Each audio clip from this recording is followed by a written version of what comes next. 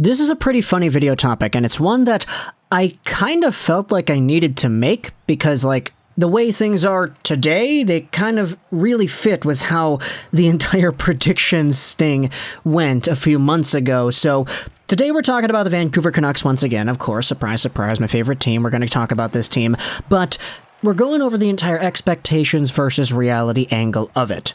Because when it comes to the way that Benning, yes, Benning, the ill-fated word Benning, and Weisbrod constructed this roster, we're all kind of familiar with the mindset and the goal that the team had when they made these trades like Genther, or not Genther, but the pick that selected Genther, and the Eriksson, Beagle, Roussel for Garland, OEL, the signings, the re-signings, Hamonic, Shen, etc.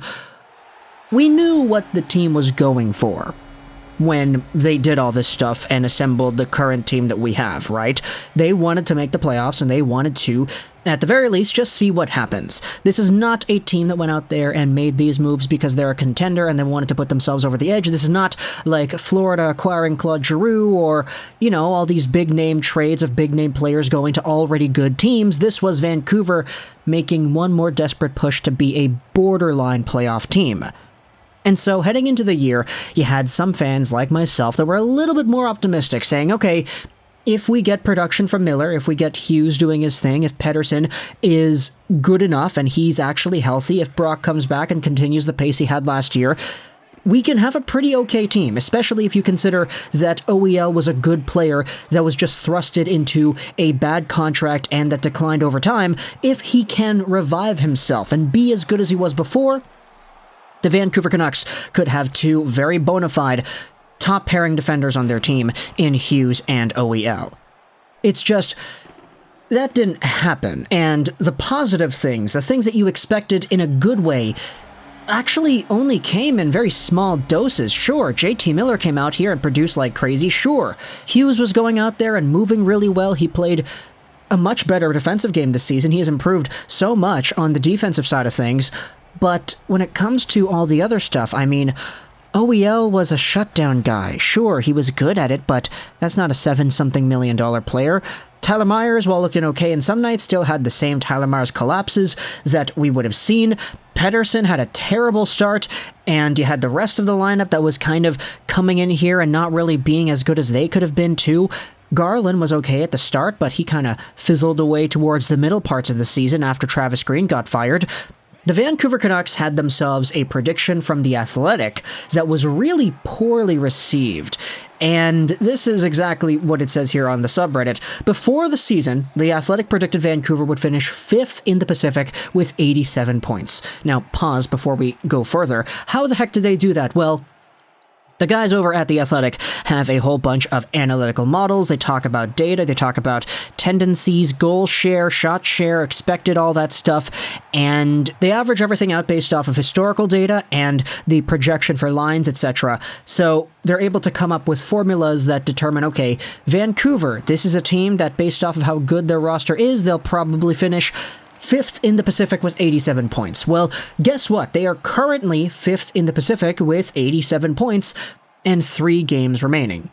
This post was published yesterday after the game against the Calgary Flames. So, based off of how The Athletic put everything together, the Vancouver Canucks really didn't exceed or underperform from their expectations because everything kind of balanced itself out. It's like perfectly balanced, as all things should be.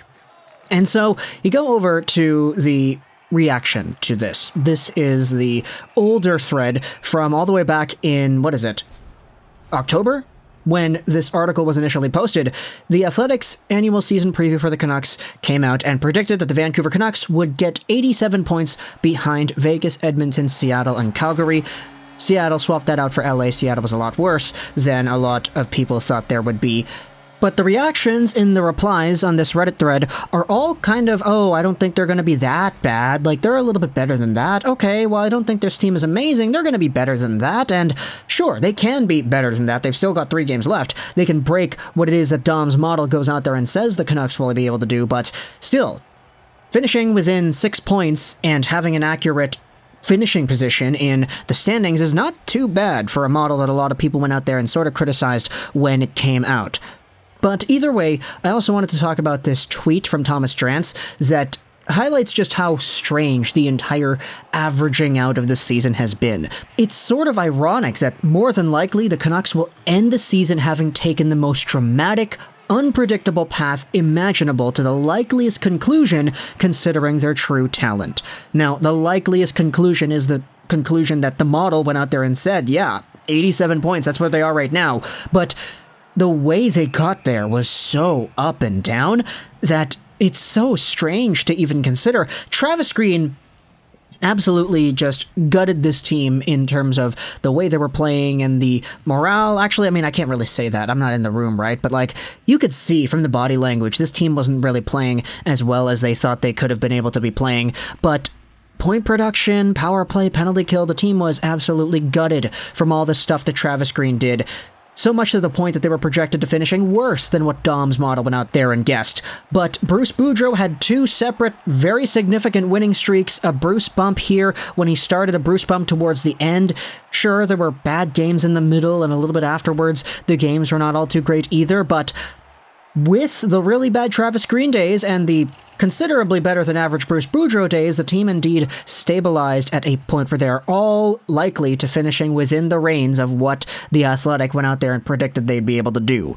So the expectations versus reality here is a lot more realistic than any of the other expectations versus reality videos we have done in the past. We've talked about, oh, this prospect was drafted, expectations versus reality, they were a lot better than we thought they would be. Or the opposite could be true. Oh, they're a lot worse than we thought they'd be. We thought they'd be amazing, but no, they're not. But it rarely ever comes down to this, where the expectations versus reality is, oh, they actually finished exactly where the analytical models thought they would. So all that's left to do now is take a look at the Canucks in next season and say, okay, Allvin, Rutherford, they want to get faster, they want to get cheaper, they don't want to go out there and spend the amount of money that they are right now. So I'm just looking forward to seeing what kind of moves, desperation moves, Allvin is going to go out there and try to make. Which contracts are the ones that you think are going to be the most likely to go on the move? Obviously, I do think that JT Miller is probably playing his last days here in Vancouver, mostly because of the age, the circumstances with his contract and everything. He's a great player and he makes the team better. It's just, contextually speaking, is this the best decision long term to value him versus the assets that you can get for a Miller because he's going to be so gosh darn expensive on the market? That's another thing I wanted to clear up as well, because when I made the video talking about Connor Garland and OEL being a bad trade for the Canucks, there were a lot of comments that went out there and said, no, they're good players and they made the team better, so therefore the trade was a good trade.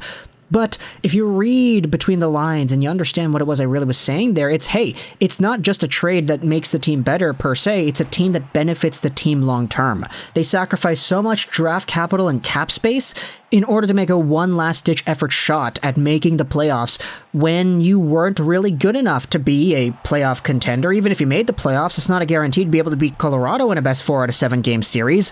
Oh, anything can happen when you're in the playoffs, but is it likely? Probably not. Going out there and placing your entire bet on the franchise off of the speck of hope that exists is not really the most clever way to go about building a hockey team. So talk to me in the comments all your thoughts about the Canucks and their season this year, the ups and the downs, and how strange it is that they actually stabilized to an average that is more along the lines of where they were supposed to finish, and just your thoughts are about that. So where do you see them going from here? Who do you see getting traded? We've got a long offseason, everybody, and Rutherford and Allvin have some stuff they're going to probably want to try to fix. So I'm interested in seeing where they go. Are you? Let me know in the comments all your thoughts. I hope you enjoyed this video. Trolls99, and bye.